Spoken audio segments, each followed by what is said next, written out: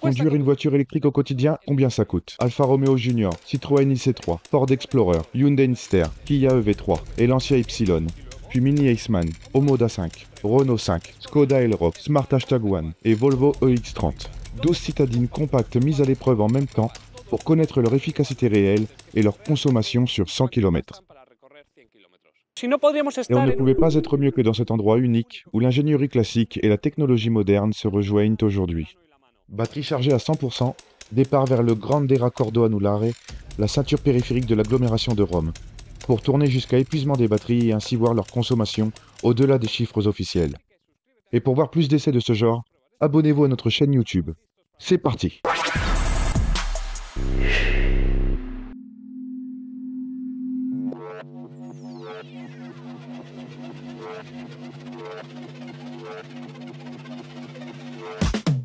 Pour les Romains, le Grande Raccordo Anulare est un véritable cauchemar. Pour nous, du moins aujourd'hui, ces 68,2 km constituent la piste d'essai parfaite pour trouver toutes les conditions de circulation et de vitesse possibles. Avec des moments où nous roulerons à un rythme d'autoroute et d'autres, surtout aux heures de pointe, où nous trouverons des bouchons et devrons nous arrêter. L'essai a déjà commencé. Je le suis de très près dans une Kia Niro hybride rechargeable. Et avant de présenter les protagonistes, c'est le bon moment pour parler brièvement de la philosophie de cet essai, plus axé cette année sur la consommation que sur l'autonomie à proprement parler. Parce qu'en effet, si vous souhaitez voyager avec une voiture électrique, vous allez toujours regarder l'autonomie. Mais si vous voulez l'utiliser au quotidien, la consommation sera sûrement ce qui vous intéressera le plus. Si vous recherchez une grande autonomie, il faudra aussi aller vers une voiture plus chère, souvent plus grande et avec une batterie plus lourde. Avec l'arrivée sur le marché de nouvelles électriques compactes à des prix enfin abordables, nous avons choisi les plus intéressantes en termes de coût d'utilisation. Nous avons donc toujours opté pour la version ayant la plus petite batterie pour chaque véhicule, à 2 exceptions près, lorsque la version de la gamme standard n'était pas disponible. L'objectif de l'essai est de vérifier l'efficacité et par conséquent la consommation dans des conditions de trafic réelles. Et c'est quelque chose qui jusqu'à présent était assez courant. Quand on allait acheter une voiture à moteur thermique, on regardait toujours sa consommation, pas son autonomie. Parce qu'en fin de compte, une voiture à essence peut avoir un très grand réservoir. Mais si elle consomme beaucoup de carburant, on va dépenser beaucoup d'argent. C'est donc ce qui nous importe aujourd'hui. Voir combien de kilomètres nous parcourons avec chaque kilowattheure de la batterie. En d'autres termes, combien de kilowattheures il faut pour parcourir 100 km.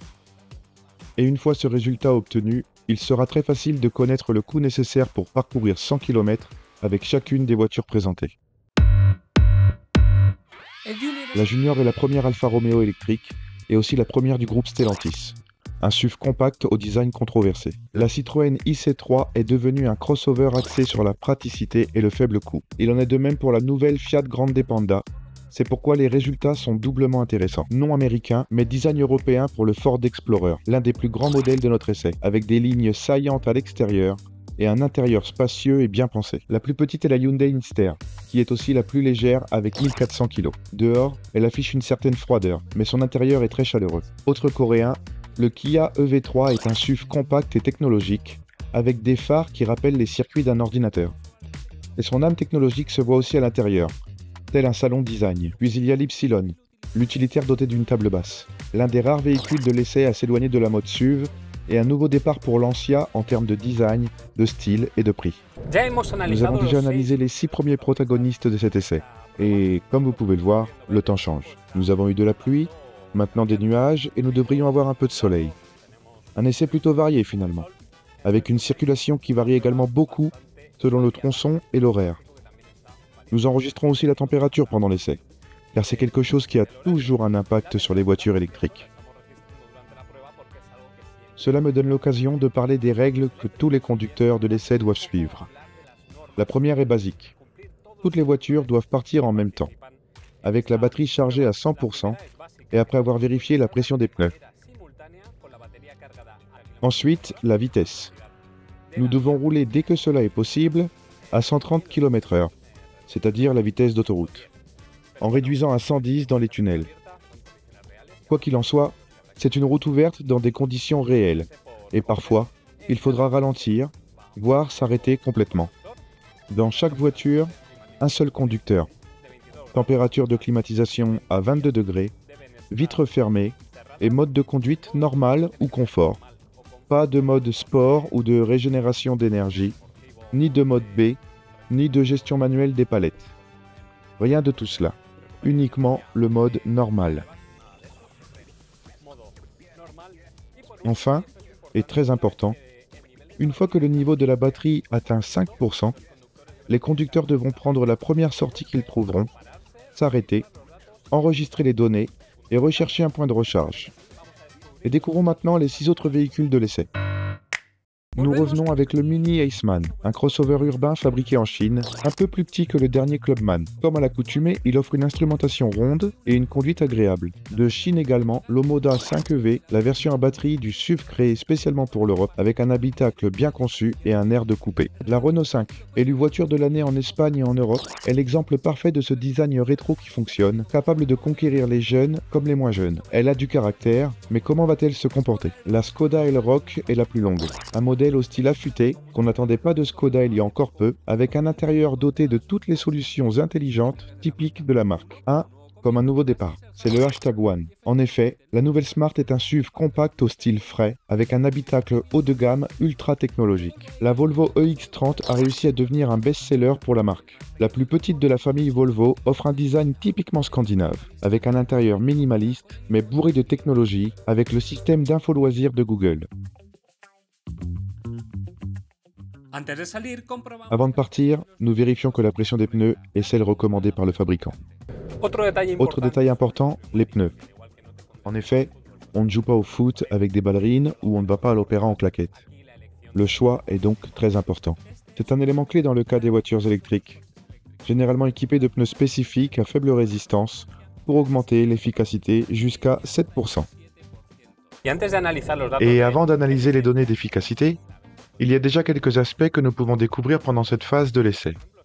Par exemple, il sera intéressant d'analyser les résultats des modèles qui partagent la même plateforme, comme la Skoda Elroq et la Ford Explorer, la Volvo EX30 et la Smart #One, ainsi que la Lancia Y et l'Alfa Romeo Junior. En fait, c'est la même plateforme, les mêmes moteurs, mais certains détails feront la différence. On parle de gestion de l'énergie, de poids, de dimension et d'aérodynamisme. En fait, il sera intéressant de voir les résultats de ces duels particuliers. D'autres choses à prendre en compte. Par exemple, nous savons que l'Elroq et l'Explorer ont la plus grosse batterie et feront probablement plus de kilomètres que les autres. Mais c'est sûr, ou très probable, qu'ils n'obtiendront pas les meilleurs résultats d'efficacité. On verra bien. Il sera également intéressant de voir ce que fait la Lancia Y, qui affiche la consommation la plus basse de l'ensemble de l'essai. Mais aussi de voir comment se comporte la Hyundai Inster, la voiture la plus légère de l'essai, avec un peu plus de 1400 kg. Voyons les résultats. Mais avant cela, une petite précision sur la circulation. Cette année, nous avons rencontré moins de trafic que prévu et la circulation a été maintenue à une vitesse moyenne plus élevée, à 90 km/h. En revanche, la variable météorologique a été favorable. Pendant l'essai, nous avons eu du soleil et environ 15 degrés.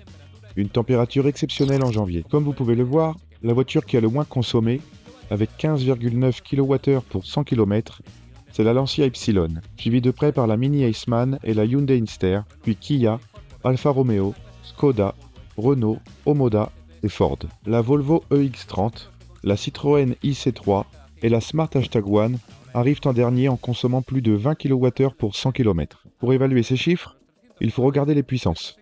Certaines voitures frôlent les 300 chevaux, tandis que d'autres en ont moins de la moitié. Sans oublier le type de carrosserie. La voiture la plus efficace, la Lancia, est aussi la plus basse. La Smart, en revanche, est la plus haute. Passons maintenant à l'autonomie. Les chiffres que vous voyez sont une projection des résultats jusqu'à la décharge complète de la batterie, pour pouvoir comparer les résultats avec l'autonomie déclarée dans la procédure d'homologation WLTP. Comme prévu, la Skoda Elroq et la Ford Explorer sont hors classement, du fait de leur batterie à longue autonomie. Et en effet, les deux modèles dépassent les 400 km. En tenant compte de la batterie de 55 kWh, le résultat de la Kia EV3 est remarquable, avec plus de 300 km. Tout comme l'Omoda 5 et ses 61 kWh. A l'inverse, La Smart et la Citroën dépassent à peine les 200 km d'autonomie. Combien ça coûte de faire 100 km avec ces voitures? Nous avons calculé 3 scénarios. Recharge à domicile, recharge dans une station de recharge urbaine et recharge dans une station de recharge ultra rapide comme celle que l'on trouve habituellement sur les autoroutes. Pour la recharge à domicile, nous avons estimé un prix moyen de 20 centimes par kWh. Et pour la recharge sur les bornes publiques, nous avons pris les tarifs moyens du marché, entre 40 centimes et 60 centimes par kWh. Avec ces données, nous avons tout ce dont nous avons besoin pour faire les calculs.